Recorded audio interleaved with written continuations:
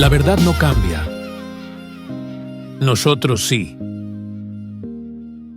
Por eso tenemos que regresar a ella. Esto es De Regreso a la Verdad, el podcast donde exploramos juntos la palabra de Dios para fortalecer nuestra fe y nuestra vida diaria. Bienvenidos. Bienvenidas, bienvenidos. Hoy nos vamos a sumergir en los primeros 13 capítulos del Evangelio según Mateo. Usaremos la Nueva Biblia de las Américas. Sí, la idea es empezar este camino, ¿no? Un regreso a la verdad, explorando juntos. ¿Qué nos dice Mateo? Exacto, vamos a ver el mensaje teológico, el contexto, esas conexiones con el Antiguo Testamento que son, fascinantes. Y claro, ¿cómo aplica hoy?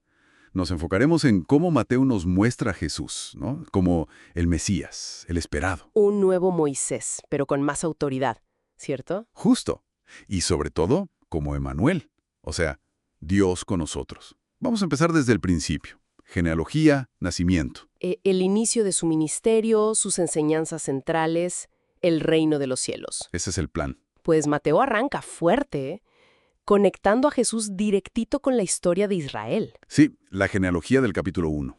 Lo une a David, el linaje real, y a Abraham. Que la promesa de bendición para todos, ¿no? Exacto. ¿Y esa estructura, te fijaste? 3 bloques de 14 generaciones. Es muy llamativo. Sí.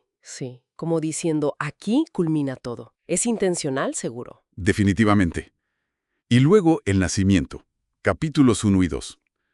Subraya lo sobrenatural. La concepción por el Espíritu Santo, claro. Y el nombre, Jesús. Que significa Él salvará. Ahí está su misión. Y Emmanuel. Dios con nosotros. O sea, desde el inicio nos dice, Él es más que un hombre. Es Dios mismo hecho hombre. Y fíjate, hasta los sabios de Oriente que no eran judíos ya lo reconocen, cumpliendo profecías. Y luego ese paralelo con Moisés. Me encanta cómo lo maneja Mateo en los capítulos 2 al 4. Es muy claro, ¿verdad? Ambos salen de Egipto. Jesús pasa por el bautismo, esa voz del cielo que lo confirma. Este es mi Hijo amado. Supera la prueba en el desierto 40 días, igual que Israel, pero él vence. Y sube al monte a enseñar.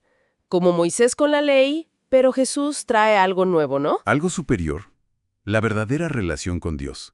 Y Juan el Bautista preparando el terreno. Con ese llamado al arrepentimiento, el reino de los cielos se ha acercado. Y ese es el núcleo de su primer mensaje en el capítulo 4. El anuncio del reino. Una operación de rescate divina, dices. Me gusta eso. Sí, inaugurada por él, el rey.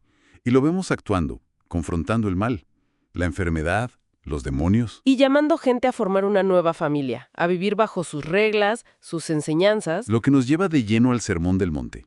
Capítulos 5 a 7. Es que ahí describe cómo es la vida en su reino, pero es como al revés de lo que el mundo piensa, ¿no? Totalmente. Los bienaventurados son los pobres en espíritu, los que lloran, los humildes. Los misericordiosos, los de limpio corazón. No viene a quitar la ley, dice. No, la cumple. La lleva a su intención más profunda. Busca transformar el corazón. Por eso habla del enojo, la lujuria. Va más allá de solo no matar o no adulterar. Exacto. Y enseña cómo vivir esa espiritualidad de verdad. Dar, orar, nos da el Padre Nuestro, ayunar. Pero no para que nos vean, sino para Dios, en secreto. Advierte sobre los tesoros. ¿Dónde está nuestro corazón? No se puede servir a 2 señores, Dios y las riquezas. Y ese llamado a no preocuparse tanto por lo material, a confiar y buscar primero el reino. Cierra con advertencias fuertes. No juzgar para no ser juzgados. Pedir, buscar, llamar en oración. La regla de oro. La puerta estrecha. Cuidado con los falsos profetas. Y lo crucial, no basta oír, hay que hacer. La casa sobre la roca. Y después de enseñar, ¡pum!, demuestra el poder de ese reino. Capítulos 8 y 9. Es una seguidilla de milagros impresionante. 9. Agrupados. Sana a un leproso, al siervo del centurión, y admira la fe de ese centurión. Calma la tempestad, mostrando autoridad sobre la naturaleza. Libera endemoniados. Perdona y sana al paralítico. Ahí muestra autoridad sobre el pecado mismo. Resucita a la hija de un líder. Sana a la mujer con flujo de sangre. es autoridad total, Y justo en medio de eso, Mateo mete su propio llamado, ¿no? el de él, un recaudador de impuestos. Sí, el punto es clarísimo. Experimentar la gracia y el poder de Jesús te lleva a seguirlo, te transforma. No es solo ser espectador, Para nada. Por eso, en el capítulo 10, envía a los 12 a hacer lo mismo que él. sanar, expulsar demonios, anunciar el reino. Y les advierte, van a enfrentar persecución. Pero les dice que confíen, que Dios los cuida. Que no tengan miedo de confesarlo públicamente. Luego, capítulos 11 y 12, vemos las reacciones. No todos responden igual. Algunos aceptan, claro. Pero otros dudan. Hasta Juan el Bautista desde la cárcel tiene preguntas. Y la oposición de los líderes religiosos se endurece. Los fariseos, los escribas, Lo acusan de violar el sábado, imagínate. y peor aún, de expulsar demonios por el poder de Beelzebú, del diablo.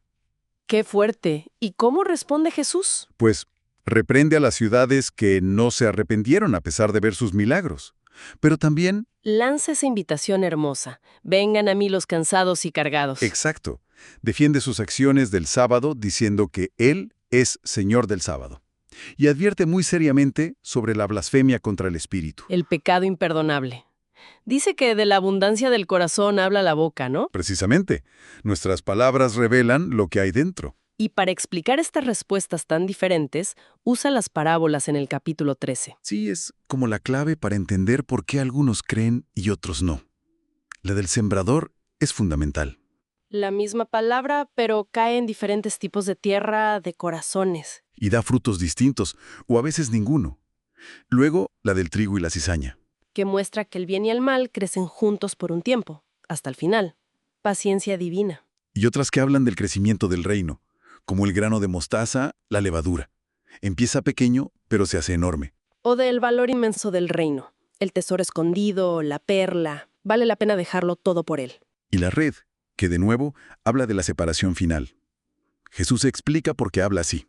Dice que a sus discípulos se les da a entender los misterios, pero a otros no, para que se cumplan las profecías sobre corazones duros. O sea, las parábolas revelan y ocultan a la vez, dependiendo de la disposición del corazón. Entonces, resumiendo estos 13 capítulos, Mateo nos presenta a Jesús como, wow, el Mesías Rey. El Maestro con autoridad única. Emmanuel, Dios aquí con nosotros, inaugurando su reino. Hemos visto sus enseñanzas radicales, su poder transformador. Y cómo la gente respondió de maneras tan distintas.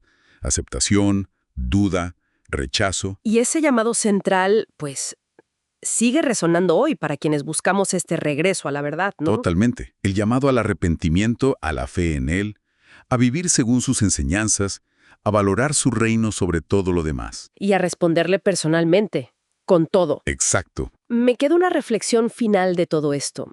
Es interesante ver que muchas veces fueron los considerados menos importantes, los enfermos, los pecadores, los marginados, los que respondieron con fe. Sí, mientras que los líderes religiosos, los que se sentían seguros en su conocimiento y posición, se opusieron. Nos deja pensando, ¿qué cosas soy? ¿Qué seguridades o quizás qué orgullos, incluso entre quienes nos consideramos cercanos a la fe, podrían estarnos impidiendo ver y seguir a Jesús con la entrega total que Él merece?